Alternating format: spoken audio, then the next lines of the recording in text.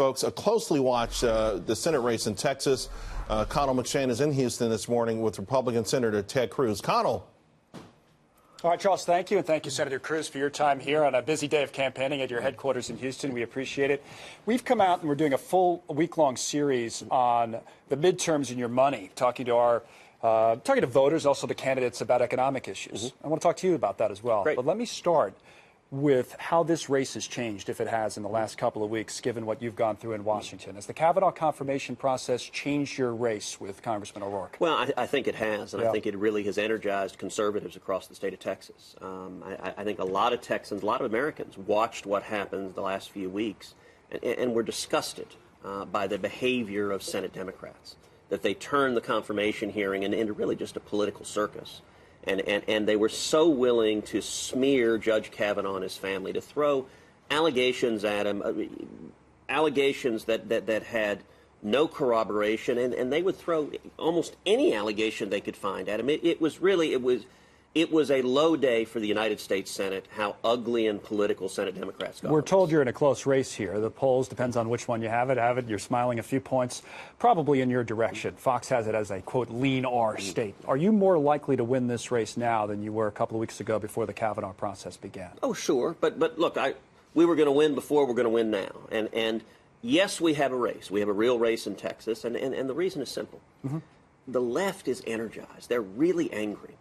That many of them hate President Trump. We saw that hate on full display this past week during the confirmation hearings, with the angry, screaming protesters being arrested. That energy is driving the hard left. That means tens of millions of dollars are flooding into Texas from liberals all over the country. And it also means we're going to see record-setting Democratic turnout. Now, the good news is, in Texas, there are a whole lot more conservatives than liberals. And so this election is all about turnout. And if we turn out, common sense conservatives will win. And I do think this Kavanaugh battle has energized a lot of conservatives, has woken them up to just how extreme and crazy the left is. I think that's a good thing for elections. I said I was going to talk to you about economic issues, and I would just think logically that your base would have already been energized by a strong economy. We report on it all the time. Jobs, around the country and here in Texas. It's a good story to tell, right?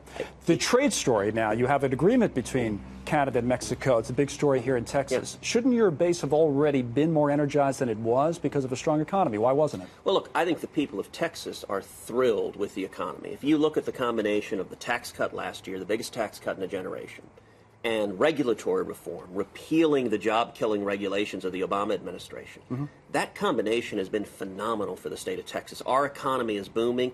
We've got nationally, you saw just this week, the lowest unemployment rate since 1969. Right. That's why I'm surprised it's even a close race here. Well, but the danger is that, politics can be strange. Success can breed complacency. The danger in this race is that a West Texas oil field worker, his job is going great, is focused on going to work and going to church and taking care of his kids. And when election day comes along, the urgency may not be there, and he or she stays home. And that's how you lose the election. Anger is a motivator. When people are ticked off, they're certain to come and vote. Republicans are angry now. I think they are angry at the behavior of Senate Democrats, and that's helpful because the better the economy does, the more risk there is that people take it for granted, that they don't understand that the policies that are producing 4 million new jobs, that are producing record high 401ks and stock market, those policies can be turned around like that, and that's very much on the ballot. Tell me a little bit about your opponent. We're going to go to one of his rallies this afternoon, and I've heard a lot about energy, to your point, from Beto O'Rourke's supporters. So he's tapping into something here. There's something here in Texas that is energizing the other side. And, the other side has waited for years for a flip of this state. Maybe it's starting to happen a little bit, no? Well, it's interesting that you mention energy. There are two kinds of energy. There is the energy that is on the left, that is driven by hatred of Donald Trump, that is driven by anger and rage. And I agree, there's a lot of that supporting Beto O'Rourke. That's also where the tens of millions of dollars of money that's flooding into this race is coming from. Interestingly enough, usually a Democrat in Texas in a general election will at least pretend to go to the middle, pretend to be a moderate. Right. He's not doing that. He's going hard left like Bernie Sanders, like Elizabeth Warren. He's the only Democratic Senate nominee in the country to come out explicitly for impeaching Donald Trump. Right. He said he's, quote, open to abolishing ICE. And the reason I said the word energy was an interesting word. Yeah. You're going to notice something at this rally. Lots of rainbows and puppy dogs and very little substance. You don't see him talking about economic policies. So you're focused on economic policies? Listen to what he says about economic policies, because Beto O'Rourke over and over again votes for higher taxes and more regulations, exactly the policies that kill jobs and energy in particular. His record on energy, Texas, look, there are millions of jobs in Texas directly and indirectly connected to oil and gas. Sure. He has voted in favor of a $10 a barrel tax on every barrel of oil produced in the state of Texas. That is not good for Texas, but it's great for raising money up in San Francisco. It's interesting. I'm being wrapped. I'm going to toss back to New York. So a very quick answer. Your back and forth with this administration, in particular in the campaign, has been well documented. I've heard you talk about how you had to turn the page with Donald Trump. Vice President's coming here to help you raise some money. Is the president going to come here to Texas, and do you need him? Look, the president has said he wants to come. We would certainly welcome him here.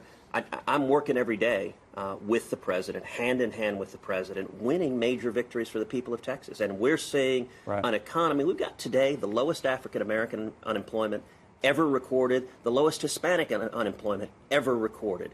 Those are real results for the people of Texas, and I'm going to keep working with the president to keep producing those results, because my number one priority is jobs. That's what the people of Texas want. More jobs, higher wages, more opportunity, and we're seeing it because our policies are working. You've got to catch a flight, I'm told, to Dallas. Thank you very much, Senator, for coming on. We appreciate it. Senator Ted Cruz. With that, Charles, we'll have more throughout the day, including that coverage we mentioned at the Beto O'Rourke rally. And I will point out for our viewers, we've made a number of requests to the O'Rourke campaign for an interview with that candidate. So far, they've been denied, but we'll have coverage of the rally later on today. Back to you. All right, Connell, great stuff there. Appreciate it.